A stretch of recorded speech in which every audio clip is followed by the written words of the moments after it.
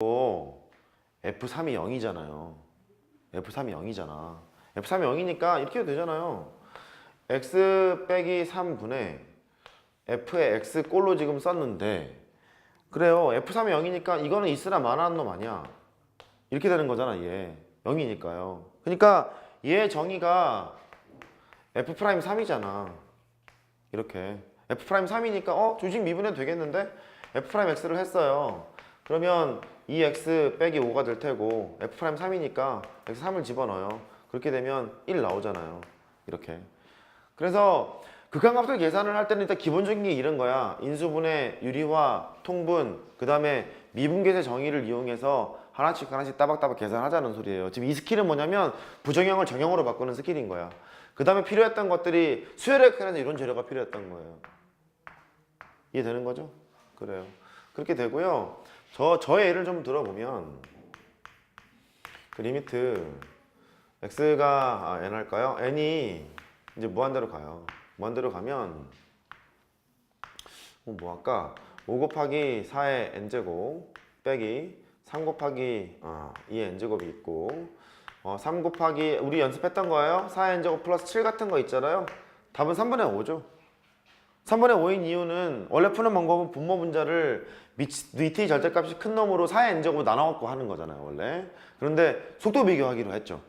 무한대로 갈 때는 항상 그래요. 함수가 속도 비교하는 거거든요. 앞에 게 워낙에 크니까 뒤에 있는 건 이제 무시하고 뒤에 있는 거 무시해서 이것도 약분을 하고요. 답은 3분의 5 이렇게 했던 거예요. 되는 거죠? 함수의 극한도 그렇거든요. 함수의 극한도 그러니까 보시면 돼요. 좀 섞어볼까요? 함수의 극한에서요, 만약에 이런 게 나왔대요. 무한대로 갔을 때는 좀 해볼만 해야 됐고, x가 이제 무한대로 갔어요. 이제 무한대로 갔는데, 분모가 이제 x래. 여기 사인 x래. 얘는 얼마야? 1? 지금 0으로 가는 건 착각하셨어요. x가 무한대로 갔죠? 그러면 일단 분모는 무한대로 가지? 분자는 유한한 값이야. 집중! 유한한 값이야. 그죠? 유한한 값이야. 1 아니면 마이너스 1을 왔다리 갔다리 하는 놈이야. 분모는 존나 커. 뭐겠어요? 0입니다. 0. 분모는 존나 큰데 분자가 유한한 값이라니까 마이너스 1과 1 사이를 왔다리 갔다리 하는 놈이라니까. 그러니까 엄청 큰 거분에 왔다리 갔다리 하는 놈이니까 0이겠지. 유한한 값이니까. 뿐만 아니라 이것도 돼요. x가 수능에서요. 초월함수가 나왔는데 그러니까 x를 무한대로 보내는 상황은 상한함수 말고는 잘 안 나오는 편이거든요. 일단 봐봐요. 얘가 x분의 코사인 x 이것도 0이야. 엄청나게 큰데 얘는 유한한 값이잖아. 1하고 마이너스 1 왔다리 갔다리 하는 놈이잖아요. 그러니까 0인 거예요. 근데 얘를 교과서에서 우리가 어떻게 배웠냐면 이렇게 배웠다고. 사인 x라는 놈이 있어요, 선생님. 걔는 말 그대로 똑같이 쓰는 거야. 마이너스 1서부터 1까지의 값을 가지고 있어요.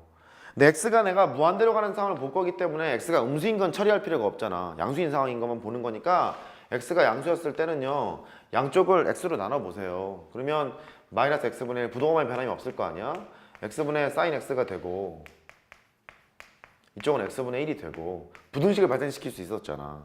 그래놓고 가운데 것의 극한값을 구하고 싶었다고요. x를 이제 무한대로 보냈다고. 정체를 밝히러 왔으니까. 근데 가운데 것은 잘 모르겠는데 왼쪽이랑 오른쪽 것은 알 수 있잖아. x를 무한대로 보내면 샌드위치 정리라고 부르죠. 샌드위치 정리는 수렴할 때밖에 못 쓰는 거거든요. 양 사이드에 있는 놈이. 근데 얘가 0으로 수렴하고 마침 얘도 0으로 수렴할 거니까 0으로 갑니다. 이렇게 하는 거였었다고. 이해되는 거죠? 그러니까 이런 다양한 극한값을 계산하게 될 텐데 그 계산할 때 필요한 것들은 일단 이런 정도 것들이 있다. 이런 걸 기억하자고. 된 거죠? 이제 그렇게 되는 거예요. 그 다음에 마침 수열의 극한이니까요. 수렴하는 놈은 어떻게 생겼는지, 발산하는 놈은 어떻게 생겼는지 뭐 이런 거 봐야죠. 수렴 발산 여부 이제 보시러 가야죠. 수렴하는 놈 보면요, 뭐 이런 거 있어요. 증가하는 수열인데 막 수열이 항보라고 커지면 이게 증가한대요. 증가하는데 특정한 값에서는 미치지 못한대. 이렇게 미치지 못한대. 그러면 얘가 뚫고 가게 되면은 무한대로 발산할 텐데 뚫고 나가지를 못하잖아요. 그러면 막혀 있다는 소리니까 얘는 수렴하겠죠, 항상. 돼요? 그러니까 증가수열이면서 위 막혀 있는 경우 아 얘는 수렴할 수 있을 거야 그 소리거든. 수능 문제 풀 때 이렇게 하면 그냥 하면 돼. 야 그러면 너는 야 AN이라는 게 수렴한다는 소리잖아. 여기까지 인지가 됐죠? 그럼 바로 이리로 가는 거야. 야, 수렴했어? n을 무한대로 보냈을 때 AN의 극한값을 L로 놓고 푼다. 그렇게 보면 돼요. L로 놓고 푼다. 또 마찬가지야.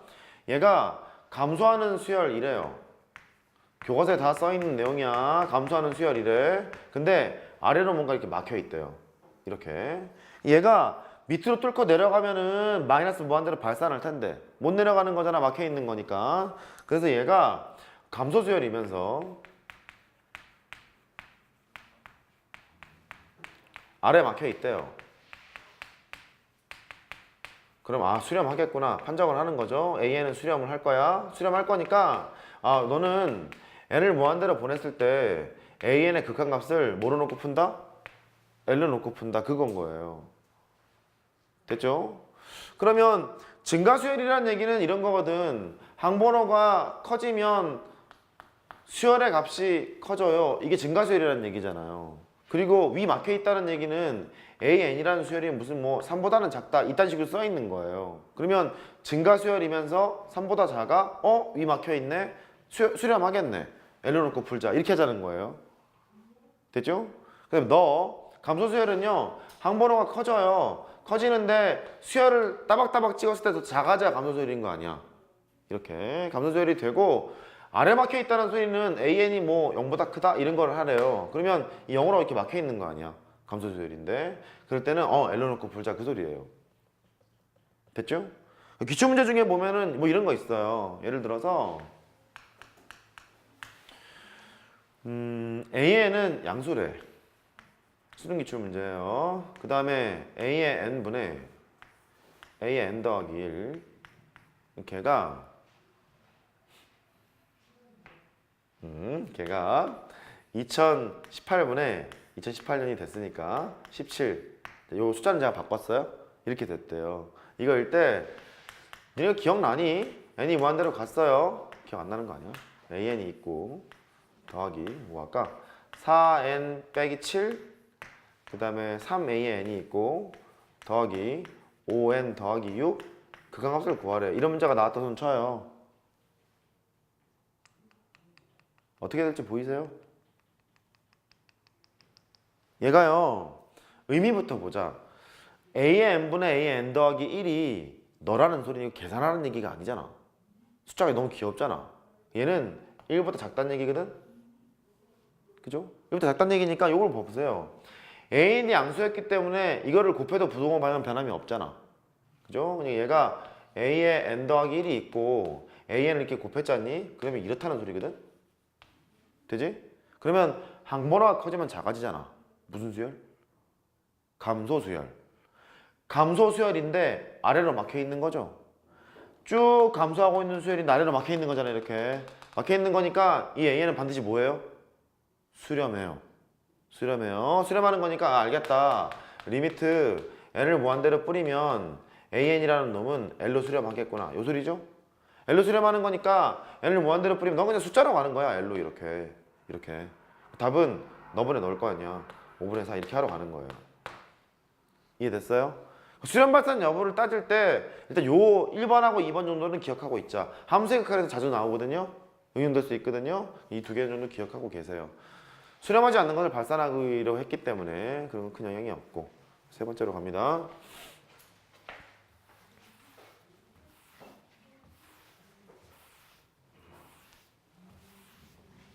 수열의 극한을 또 잘해야 되는 이유는 그 적분으로 가잖아요. 구분구적법을 할 때 무한급수로 막 정의를 내린단 말이야. 또 잘해야 돼. 그렇기 때문에 시험에 나오는 것만 합시다. 우리 무한급수 해요.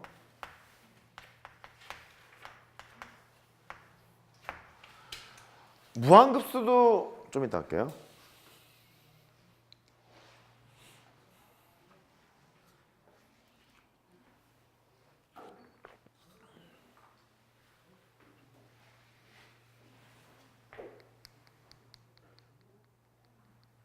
근데 무한급수도 수열의 극한이니? 수열의 극한이 뭐였냐면 수열을 찍는 거잖아. 첫 번째 항, 두 번째 항, 세 번째 항, 네 번째 항 찍어서 무한번째 항이 뭐로 가지? 이게 수열의 극한이었잖아. 무한급수는? 무한대까지 합하라는 얘기 아니니? 얘도 수열의 극한이니? 아니니? 근데 우리가 배운 거 바에 따르면 수열의 극한 단원에 있지 않니? 그래서 우리는 수열의 극한이라고 미뤄 짐작할 수 있어요. 무슨 일 해볼게. 무한급수의 정의가 뭐냐면 이거야. 리미트 n을 무한대로 보냈을 때 sn의 모습을 보겠다는 소리거든요. 이거를 이제 이렇게 단순하게 이렇게 파악했다고. 어이 잠깐만 선생님, 이게 첫 번째 항부터 n 번째 항까지 합인데 n을 무한대로 뿌렸으니까 첫 번째 항부터 무한대까지 합하라는 소리 아니에요. 그렇게 판단했던 거 아니야, 그죠? 근데 얘를 곱씹어보면 이런 소리거든. 얘가 리미트 다음에 나오는 것은 항상 일반항이에요. 일반항인데 그 일반항의 모습이 얘처럼 합의 모습을 띈 일반항일 것이냐, 아니면 우리가 그냥 보통 쓰고 있는 a의 n처럼 그런 일반항일 것이냐 구분을 지으면 되는데, 이렇게 합의 모습을 띈 일반항을 급수형 일반항이라고 불러요. 합의 모습을 띄었다 그래서 급수형 일반항이라고 부르거든. 그래서 얘를 나열을 해보자는 거예요. 첫 번째 항 S의 1, 두 번째 항 S의 2, 세 번째 항 S의 3 나열을 했어요. 나열을 해보면 정확한 표현은 아닙니다만 S의 무한번째 항이 뭘지 이거 분석하러 가는 거잖아, 수열의 극한이. 근데 여기 있는 S의 무한번째 항이라는 것은 가만히 봤더니 A의